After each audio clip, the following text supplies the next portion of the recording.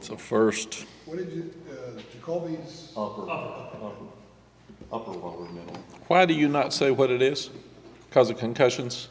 Because you tell me these generic. Yeah, is that because of legal I think the HIPAA concerns HIPAA? Okay, Even so though- even though tell you- Calvin's got concussions. It didn't come from us, but so Yeah, I know. ready? Ready?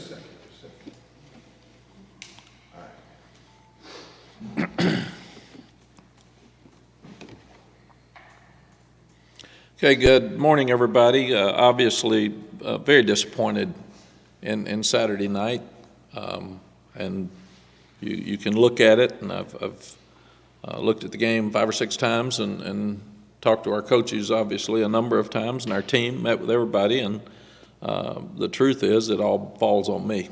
It's my fault. I hired every coach and staff member here. I have recruited every player that's here. I make the decisions for everything we do. I looked at last year's Wake Forest game where we won. We were excited and didn't play well the next week against Tech. I looked at the South Carolina game where we won. We were excited. We didn't play well against App State. So I knew this was a week after Miami where it looked like we wouldn't play well. We didn't play well against Virginia last year. We didn't play with high intensity, and we were lucky to win because our offense played well and won the game. And then you add that Virginia's 1-5. They've just won a game. They're on their off week, so they can put in a lot of new stuff. Be fresh when they're coming in. They've got absolutely no pressure. There's no buzz about the game. It's fall break. I mean, there were all kinds of check marks that say that this was going to be a tough one and a handful, and nobody thought it was, and that's usually when you're in trouble. And they had their team more excited about playing than I had ours. They coached better than I coached, and that's what happens. And you look around the country, Texas and OU game's always a tough one. After that, it's hard to play. So OU has trouble and has to stop a 2-point play to beat Central Florida, who'd lost 3 games in a row. Texas has to stop Houston on the 10-yard line with 1 minute left to win the game, and both of them did that. Washington has got one of the best quarterbacks in the country. He's up for the Heisman. They didn't score an offensive touchdown, and they were running up and down the field against Arizona State. So it happens across the country. It's not different, but you got to find a way to win the game. We didn't play well against Appalachian State, but we found a way to win the game. And the defense intercepted the ball in the end zone. They stripped the ball going in at the 1. They stopped Virginia at the end of the game and gave us the ball back with 1:22. I thought we'd win the game. And that's who we are, and that's what we've done. And we didn't do it. So is it a bad loss? All losses are bad. All losses are bad. The loss to Clemson was bad. We lost a conference championship. We've only been in that game twice since '81, so that's a bad loss. Was the loss to Oregon bad? Yeah, they're a great team, and we had a lead and got beat with 19 seconds left. That's a bad loss. And I learned from Coach Stallings when he said, you think one's not a bad loss, try to lose it. It becomes a bad loss because none of them are good. Everybody expects you to win every game, and you expect to win every game. So where does the fall come? On me, 100%, that I didn't do a good enough job with our team and our coaches. And I let our team down, I let our coaches down, I let our staff down, I let our administration down, and I let our fans down. And our fans have been wonderful. And there's no other way to say it. That's just it, period. That's facts. And as a young coach, I probably couldn't stand up here and say that, but it's true. So I'm disappointed in me. And what you do is when you get disappointed, you get back up and you go to work. You try to take a negative and turn it into a positive. And that's what this week's about. It's you learn from losses. And our team, it's a great teachable moment for last week because we weren't didn't have as much energy as they did, and that gets you in trouble. Practice was good last week. I thought we'd handled it. It really was, and usually practice is the way you play. And then we did a lot of good things in the game. We just did a lot of things that you can't do and still win. But we had the better team. We didn't have the better team Saturday. and that's what matters. I learned from Dick Tomey many years ago, it's not the best team, it's the team that plays the best that day. That's the only thing that matters. It's the only thing that matters. And it was like their bowl game and their dream to come and be the top 10 team, and we allowed it. You can't do that. You just can't do that and be a top 10 team. Like I said, Washington, Texas, and Oklahoma, they overcame theirs at the end. Didn't play their best, but overcame it. We didn't. And we did against App State, so that's something you have to do to obviously to try to stay and be an undefeated team. Wasn't a typical performance for us on offense. Field position was horrible, starting out with a block to an unprotected player on the kickoff, opening kickoff. And when you're playing a team like Virginia that doesn't have a lot of confidence, you need to start fast. And we started horribly and gave them some confidence. We didn't start fast and we didn't finish fast. And those are the two things we talked about all week that we had to do. Of the 8 drives in the first half that we had, all of them were minus 25 or worse, and 3 of those drives were inside the 10, which doesn't give your offense a chance. And part of that's our defense not stopping them, and part of it's they average 50 yards per punt, and we average 33. And that was a huge difference in field position, and their ball bounced out at the 1 or the 2. So they did a good job of keeping us backed up with those 3 balls inside the 10 for sure. We didn't play good complementary football, and that's something we've really done. Our goal in the spring was to stop the run. We didn't. They rushed for over 200 yards. Our goal in the spring was to run the ball, got hats, run the damn ball, and we didn't. So we didn't do either. And I told the coaches this morning, we work on it every day in the spring, and then you've got a great back like Omari, and you don't hand him the ball. And if your passing game's not hitting, go to something that is. We got enough good players that you got to do what you're doing best at that time. And Omarion was averaging 7.2 yards per carry, so get him the ball. Get him the ball. If we're dropping some balls and not protecting well, or if the passing game's off, go with what you're doing best. We said in the spring we had to be better on third downs. The last 2 weeks we haven't been. It's because we're not throwing the ball as well. So we're getting in third and long situations. Last week it was penalties. This week it was third and long. So we were 4 of 13 on third downs and 0 for 2 on fourth downs. And those are we were the best in the country, or second best in the country 2 weeks ago. So we've got to go back and start doing those things better. Then we said red zone, both sides. We're 1 for 3 on touchdowns in the red zone on offense because you're not running the ball well. And we're 4 for 6. Gave up 4 touchdowns for 6 trips on defense, which is unacceptable. And the 2 they didn't score, we stripped the ball out.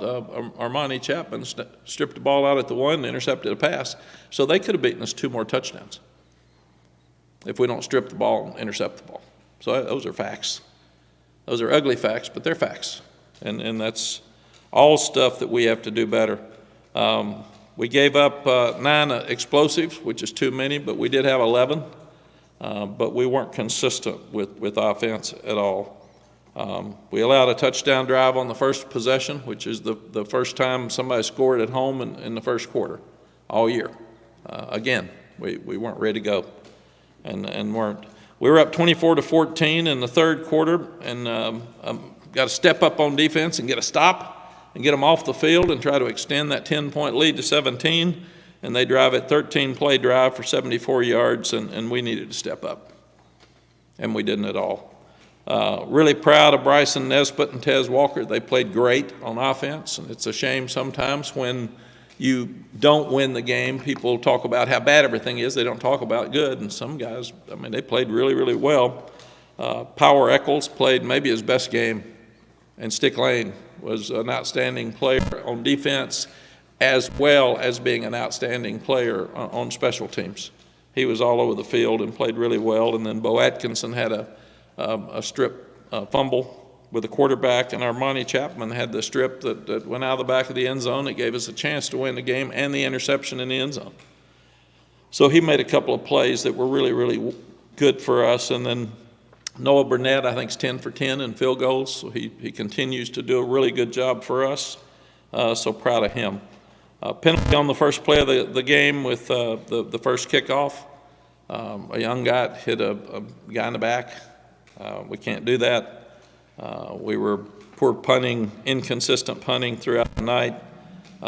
So again, our special teams really didn't help us. I thought without a guy that's kicked off, Coach Warren and the kickoff coverage team did a really good job of figuring out ways to kick off without having a guy that's ever kicked off before. So we skied one, squibbed one, we kicked one deep, but they covered well.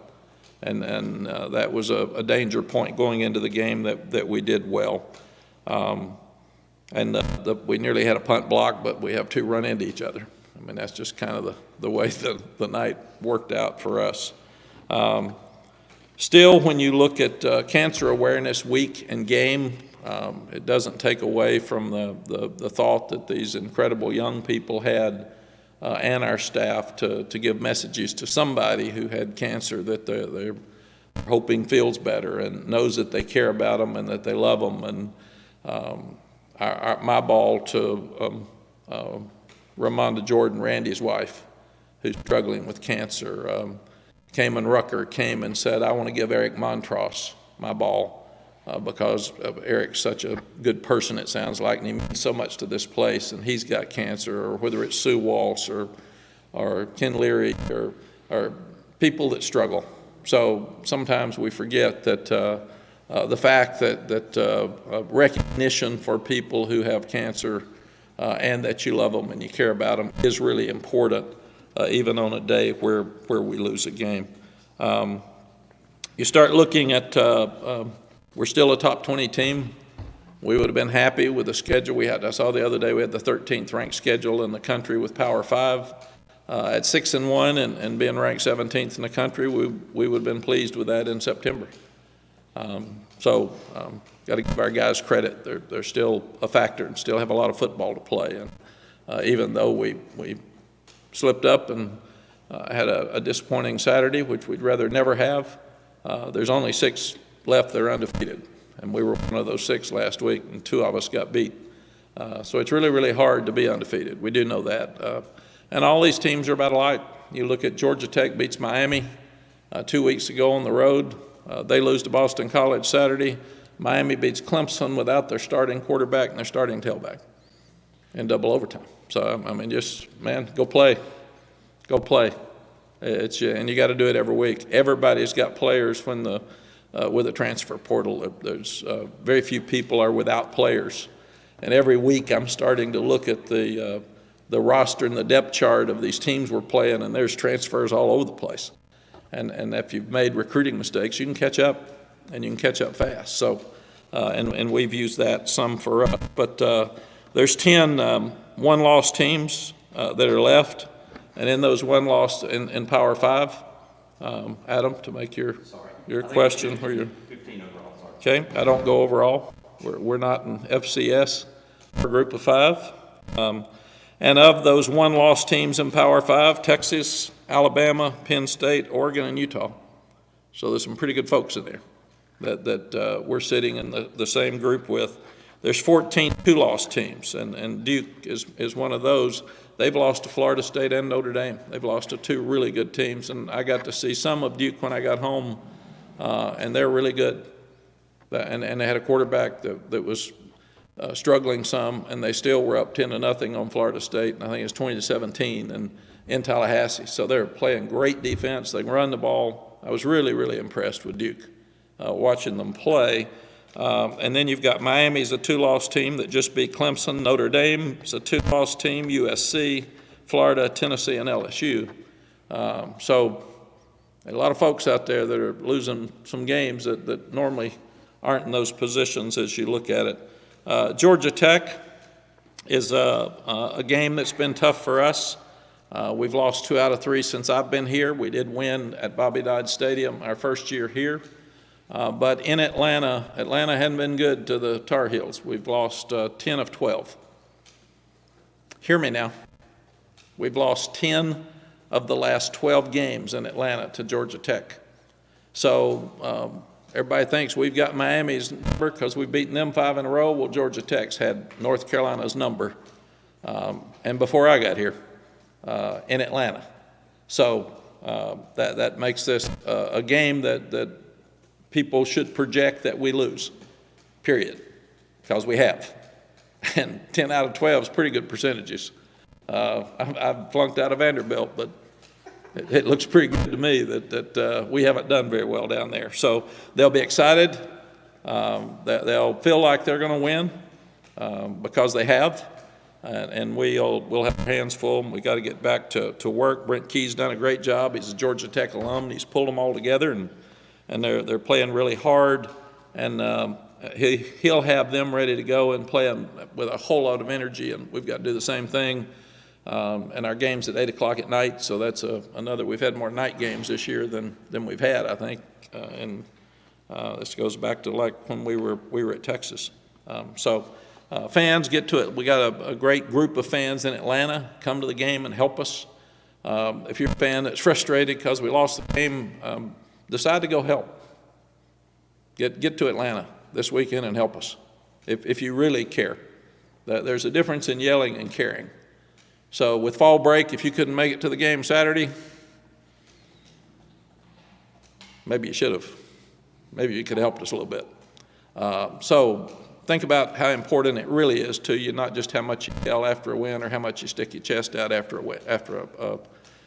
much you yell after a loss or how much you stick your chest out after a win. You can help us, and you have helped us. It hurt us that our students weren't there Saturday. They've made a huge difference in our fan base. So get to Atlanta and help us. And that's my last thought. Questions? You've been a lot of games, lost games, won games. Just how did you handle it Saturday night after the game? Were you able to sleep, or was it just such a tough loss? No, they're all tough. If you sit there and you wonder why you lost, that's my job is to go back and try to figure out, Chip, what happened. And what could we have done on Tuesday? How did we miss it? What happened Wednesday? Go back and look at Wednesday's practice again. And why did we? And I understand why we didn't have as much energy as they do. The older coaches have always told me you're going to have a lot of energy probably 4 times a year, and you're going to have to play good the rest of them. And we've already had energy more than 4 times. We've had to play because we've had a really tough schedule. So I got that. But you got to figure out ways to win, and that's our job as coaches. And if they're not going to have the same energy, how do you get them started? How do you start better?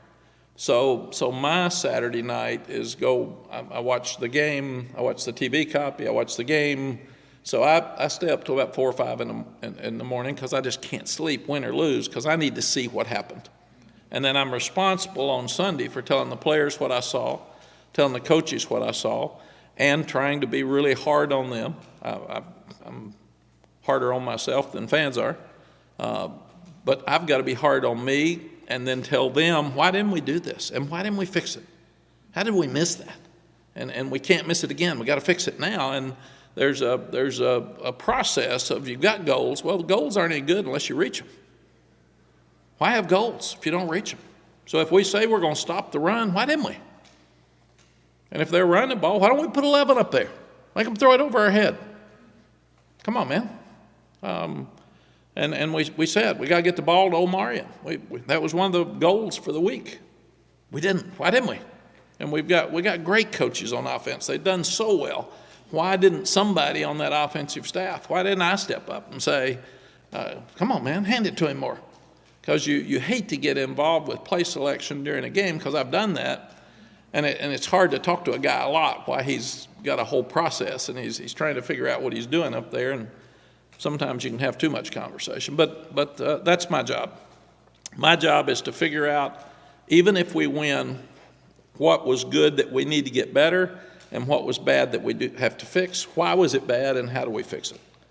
And that's what I've been spending the last 2 days trying to do. So what were the conversations like with respect to using Omari more when you go back and look in hindsight about maybe some of the things the staff could have done differently? Just like we're having here. I'm at a stage in my life where I'm honest with everybody, facts. And I said he touched it 5 times the second half. He's averaging 7.2 yards per carry. We had a 10-point lead. Defense should have stepped up, and you didn't. Why didn't you? Why didn't you? Why didn't defense stop them when it's 24-14 and put us in a position right there to go up 17? Why not? That's what we're supposed to do. That's what you get paid for. And then offensively, why don't we kill some clock and run the ball some if we're not throwing it consistently? Why don't we do that? So, and you usually don't get many answers because the coaches are great people. They're great husbands. They're great fathers. They're crushed that we didn't do our job. They're crushed. So I mean, and here I am. I'm jumping on them. They're down. You all are jumping on them. Media's jumping on them. Fans are jumping on them. Everybody's jumping on them. At some point on Tuesday, you got to start picking them up. And that's what we do because it's you got to figure out what's wrong, figure out why you didn't fix it. And usually you say, if I'd have realized it, I'd have fixed it. You get in a game, you know you got to win. You're trying to keep your top 10. You know things aren't working. And sometimes you don't handle things as well as you'd like to. And they're human beings. They're not video games. Of all the things that were disappointing Saturday night, you just mentioned 24-14, defense goes on the field. They've stepped up in those situations for the first 6 games. Are you most disappointed that they didn't step up in that moment? Because that could have changed the game. I'm most disappointed they didn't step in. That I'm not. I'm disappointed in a lot of stuff. I got a list. But I'm also excited that they stopped 2 touchdowns from happening that gave us a chance to win. So that's what you got to do. Everybody does something good, and usually in games, there's always stuff that's bad that you've got to fix. And when you win, people don't notice it and they let it go. If you lose, people are looking for every little thing that would have made a difference. And that's why you over-criticize on losing and you celebrate on winning. That's why I have to look at it like we lost every game. Because the coaches will walk in on Sunday all pumped, and I say, no, man, here's my list. Come on. Let's don't walk around because you're proud at dinner last night and everybody patting you on the back. Let's look at facts. But yeah, it was a complete loss by our whole team because everybody could have stepped up. But normally, in my experience, if you give up 228 yards rushing and rush for 143, they have the ball 37 minutes and you got it 23 minutes, you've lost the game. That's it. Mack, just along those lines, staying on that, but what explanation did Chip give you for the lack of Omarion? And was it possible that, I mean, you're caught up in the game, he didn't realize that he didn't touch the ball as much as he probably should have? Absolutely. These are human beings. He wants to win. Chip's a great guy. And he's done a tremendous job. And he's got Freddie Kitchens, who's brilliant, sitting there next to him.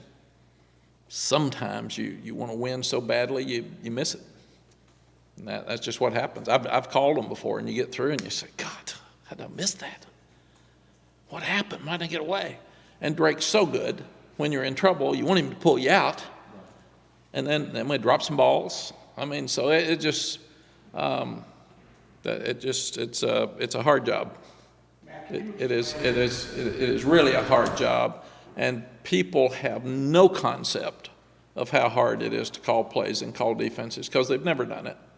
So it's unfair to ask people when you've got about 15 seconds and you're sitting up there and you're going fast and everything's happening. And I have to tell all the coaches to shut up because they're wanting to win, so they're all giving suggestions to the poor soul. Why don't we call this? I said, shut up and let him call the plays. You talk during timeouts. You talk when the offense is off the field. You don't talk to a coordinator while he's trying to think. But it's a hard job. And when we run up and down the field, everybody says, God, he did great, or said, no, or Drake's great. They don't get much credit, but they get a lot of criticism. Yes, Art? Actually, you just answered my question. I have another one. The esteemed Paul Feinbaum said that you have lost 11 times as a ranked team to an unranked team, 7 in Carolina. What do you think about that? I think it's been great that I've had that many ranked teams. That's pretty cool. Paul's giving me a compliment. So I don't worry about all that stuff. I try every week to win every game that we've got. And I've lost a bunch of them. I've won 280 and lost, 140 or something. So, I mean, when people say, this is the worst loss ever, and I said, no, I got a bunch of them. I got a long list of bad losses. So just, if we want to get in the bad loss list, if you've coached 35 years, probably going to have some bad losses, or I'd have more wins than Newt Rockney or whoever's up there. I don't know who's up there. Yes, Chip? I was going to say, something that seems to be forgotten in a lot of this discussion is Virginia played pretty good in that. Virginia played, they're They out got of their energized mind. when they fell behind, actually, in the third Yeah, quarter. no, they really did, and that's why when you've got a team that's struggling, you can't let them get confidence. They had no pressure. They're coming in to have fun. Their dream is to win the game. If everybody expects them to lose, so they can go do anything. And they've had 2 weeks. I thought they changed a lot of things on offense and gave us some new looks and new formations and new motions, and I thought they really did a good job. So I don't want, because we didn't play well, I don't want to take away from what Tony and Virginia did, because they did a good job. Luska made it like a 20-yard run in that possession that got them back in the game. He really did. Second long. And he made some good throws. They hit a wheel route. Power had him covered perfectly, and he hit him. I mean, they did some. Four played really well. He caught 12 balls. You can't let him catch 12 balls. We knew he was a really good player coming in. So really, the quarterback and four are the two that beat us. What does Tech do well offensively? They're a lot like Virginia. Last year they're going to run the ball. They've got a new quarterback, Haynes King from Texas A&M. His dad's a high school coach in East Texas, and he can fly. He's a track guy, and he ran for 150 yards last week. So we let Virginia's run up down the field, and this one runs faster than him as we look at it. So and they've got great speed. They've got the best speed of anybody at wide receiver that we've seen. They can fly. They're all 10-something 100-meter guys, so they're really, really fast. Mack, did you see the response on Sunday in the team meetings that you felt you wanted to see after the game, that the guys seemed like they would be able to put this one behind them? Not yet. They were crushed. And I don't usually do very well on Sunday after a loss. You all see me after a game. I don't usually help them much. I'm usually too factual after bad games. So I've got to pick them back up today and tomorrow, and I got to start now and pick it back up. And that's one of the great things about this press conference. This kind of ends my last week and starts the next week. I won't see the players today, but I'll see them at 6:30 in the morning, and we got to go to work. Kind of going off of that, what did you learn from last year and how the team kind of had that one loss to Georgia Tech snowball into a losing stretch at the end of the year that you kind of want to approach differently going this year? Yeah, I don't think it snowballed. State was good. That came down to a missed field goal in double overtime. Those games have been good. The year before is the same. Clemson was better than we were, and we tried hard. I thought the game was better than the score. We lost 3 turnovers that ended up being they blocked a field goal. We fumbled at the 24 with Omarion and had an interception for a touchdown. So that's a 17-point swing. But we played hard, and then against Oregon, we played our tail off with 7 guys gone on defense, an offensive coordinator, and an offensive line coach. So if you look at it, I thought way too much has been made of the 4-game losing streak at the end. Losing to Georgia Tech was a game that we were up 17-0, and that game is very much like this game Saturday night. It's the same game to me. We didn't have the same energy as they did. They did a better job managing their stuff than we did. But you can't let one game beat you twice. Everybody been patting these guys on the back for 6 weeks. That won't happen this week. That when they go out and eat, they won't be the same looks. People will be staring at them instead of hugging them. There's a difference, and that's just the way it is. That's the way our world is. Michael, you had something else. Yeah. Do you think the guys might play a little freer this coming week against Georgia Tech now that sort of they've gotten, the trap game, so to speak, behind them? It's hard to tell because you're talking about 120 guys. So when you say, are they going to play, who? I mean, each one of them's different. They play different. They have different feelings, different emotions, different things happening in their lives. So you never know how they're going to play. I thought they played hard Saturday night. They didn't play with the same energy that they did the week before. And how does that balance out? What percentage is that per kid? I don't know.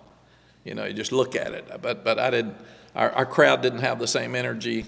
The game didn't have the same energy. We didn't have the same energy. I think our coaches probably didn't have as much energy as theirs. I wasn't on their sideline, but they were free and turn it loose. And I'm sure our guys felt pressure to stay undefeated, and they felt pressure to top 10. And but now you got to be pressured to try to win more games. So there's pressure in this business.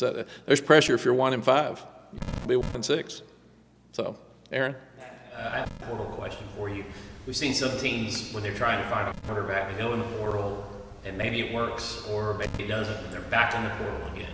You guys have had struck gold in terms of homegrown. You recruited and you were able to develop. Do you evaluate the quarterback position differently than when you're looking at a receiver, you know, like you've done, or filling spots? And you know, is it one of those things that you want to make sure you hit on quarterbacks so you don't have to go in the portal for quarterbacks? That can be sort of a revolving wheel. Yeah, Aaron, it's a good thought. What we've got is Lonnie Galloway played quarterback. He's been a coordinator, a Chip coordinator. Freddie Kitchens been a coordinator and head coach in the NFL, coach quarterbacks. Clyde Christensen. We've got them looking at every day, looking at the quarterbacks on our campus and evaluating them every day. And then we have them looking at high school guys to make sure that we have the right evaluation.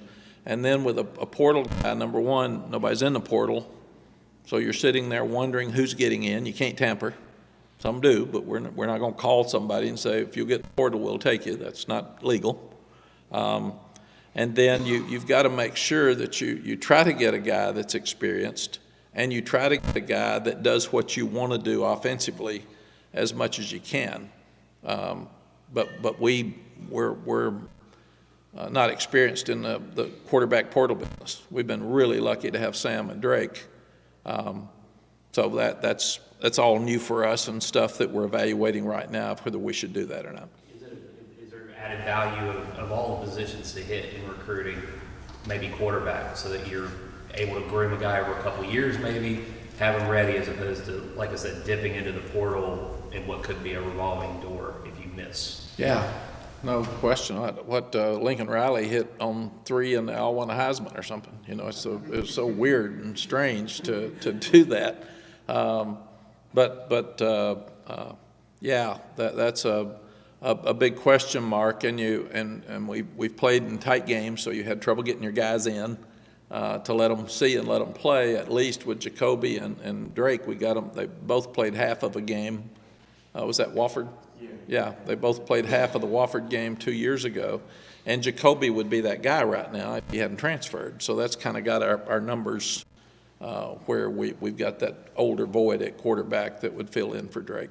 You talked before about just the, I guess, uniqueness of the special team situation with Cole and, Kiernan being out and things like that. But how does that impact, if at all, preparation just from a practice standpoint, figuring out best guys for kickoffs and even the, second string punter like that? How does that kind of impact preparation for some of these guys? Yeah, Jeremiah, that's another great question. You got to be careful that they don't overkick now, because there's fewer of them.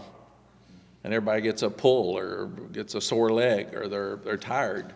And you see that Tom's first game, he was so excited, and then the second game, it didn't go as well for him. So then and Cole Maynard came in and punted the last punt and did a good job. So now those two compete this week.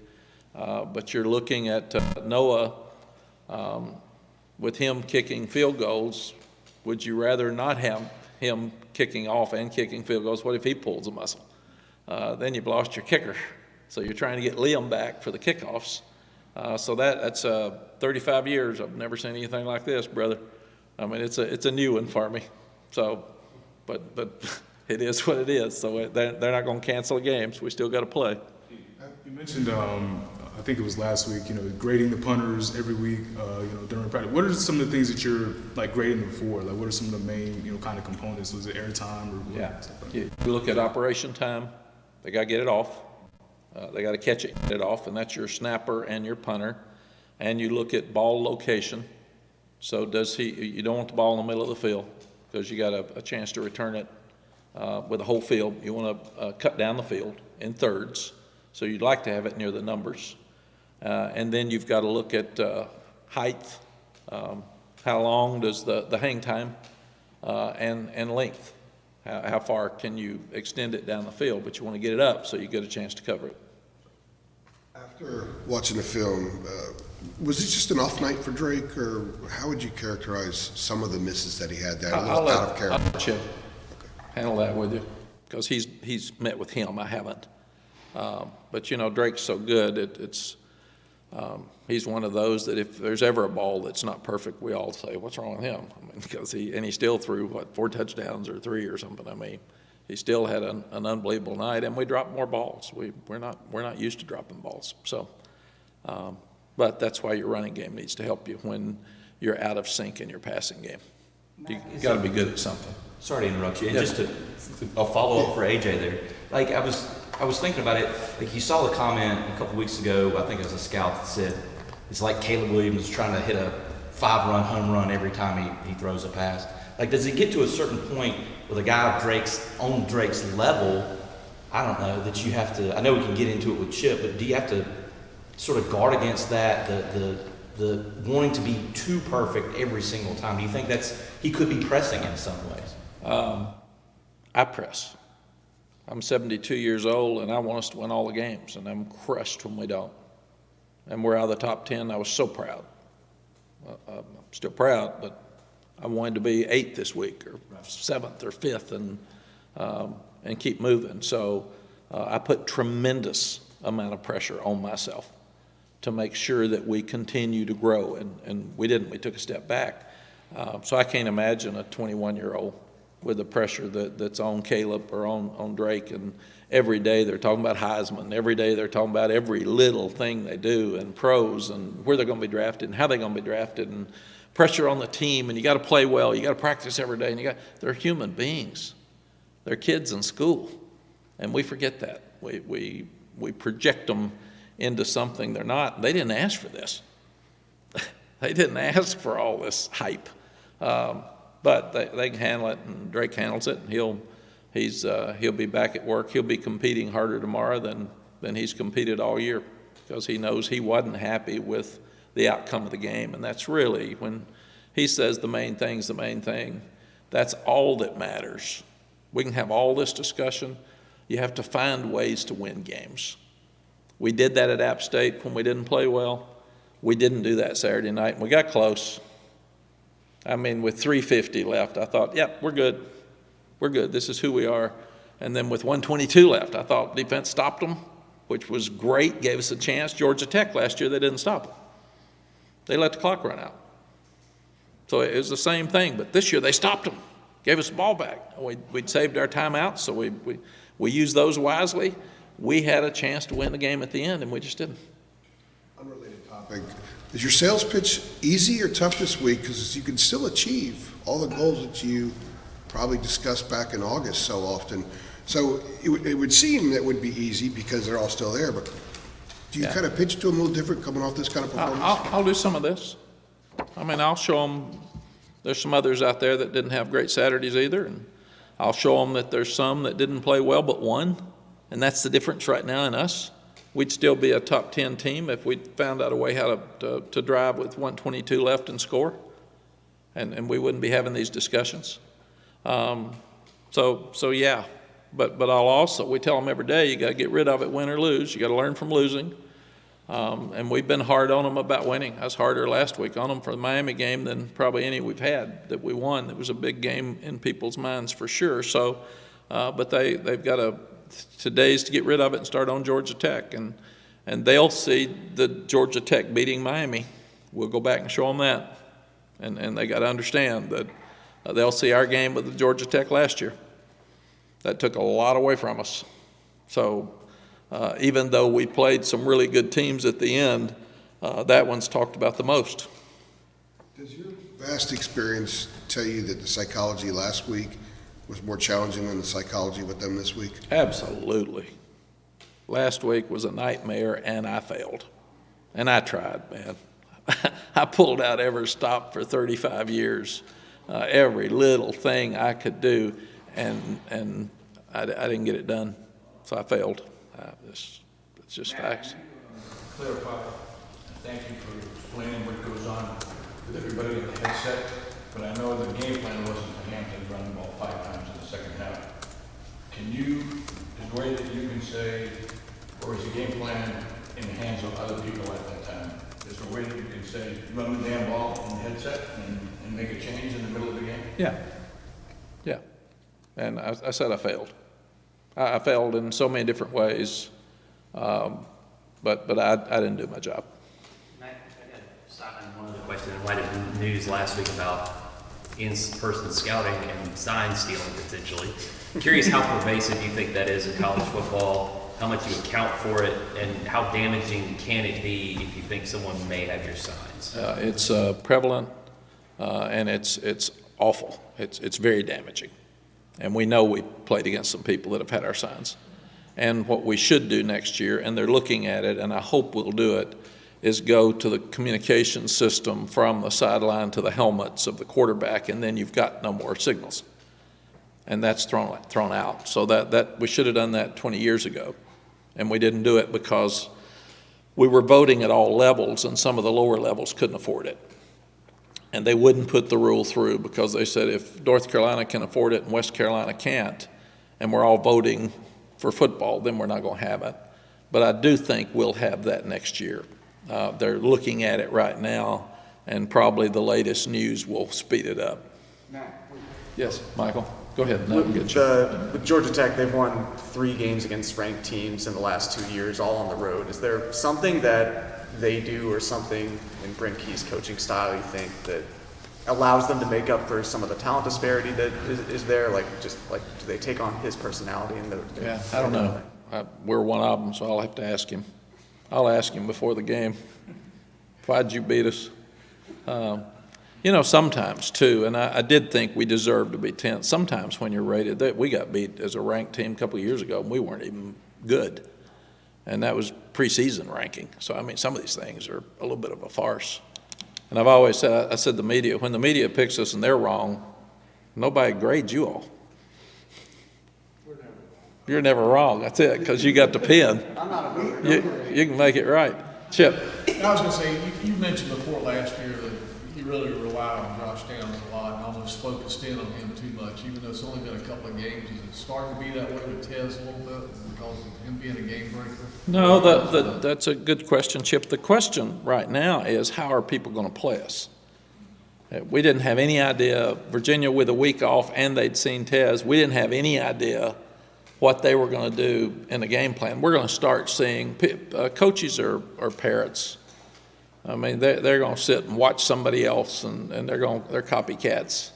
So you're going to start seeing. So what happened at the end of last year when Georgia Tech blitzed us so much and got to Drake, they were either blitzing or dropping 8. Then we had 3 weeks of blitzing or dropping 8. I mean, that's just what it was, and we didn't handle it very well. So we got to get a feel. We think we'll have a better feel this week, but Tez is such a prominent factor. Now, when he walks on the field, we probably won't know till that first quarter how Georgia Tech's going to play us, and it changes the entire look of your defense because they're going to try to get 2 around him. They had like 19 targets, 18 or 19. Yeah. Yep. Going to him a lot. Yep. He's good. Matt, when you went back and watched some of the tape and just some of the conversations you had yesterday, what do you think led to some of those drop passes? I think McCollum over doubled his career drops in just that one game against Virginia. I don't ask them because that's Coach Galloway's job to meet with them individually. I meet with the group. Normally my experience has been, number one, they feel awful. Number 2, they have no idea. It's like asking me why I didn't coach better. I tried. Why'd you drop balls? I don't know. I just did. So these are human beings and a lot of gray, and a lot of things just aren't. Why did you fumble? Well, obviously I didn't hold on to it well enough. Why'd you miss a tackle? I tried, Coach. I didn't ask you if you tried or not. I knew you tried. Why'd you miss tackle? And you can't get answers. When you ask Chip, why didn't you hand the ball more to Omarion, it seems pretty simple. He had a lot of things going on around him. So sometimes you don't realize he'll do it this week. I mean, that's what you do. But should we have done it? Yes. Should we have caught the ball better? Yes. If we'd have known how to stop that or start that, we'd have done that Wednesday instead of Saturday. We have plans, and sometimes those plans change. I do think the hardest job in college football is probably the play caller, because there aren't many people that love being defensive coordinators, but they just love to yell at the defensive coordinator if you don't stop them. Everybody loves to call plays. And, man, everybody can call them that hadn't called them. And it's a whole lot easier to call them when you don't have information. It's a whole lot easier. And it's a whole lot easier to call them after it's done. I've had some of those 4th and 2, the 4th and 5 at minus 47. I go for it and don't make it. I'm sitting there saying, God, shouldn't have done that. And there were 50,000 saying, God, he shouldn't have done that. Well, I said, yeah, if we'd have made it, said, God, I love that aggressiveness in that guy. He goes after it, man.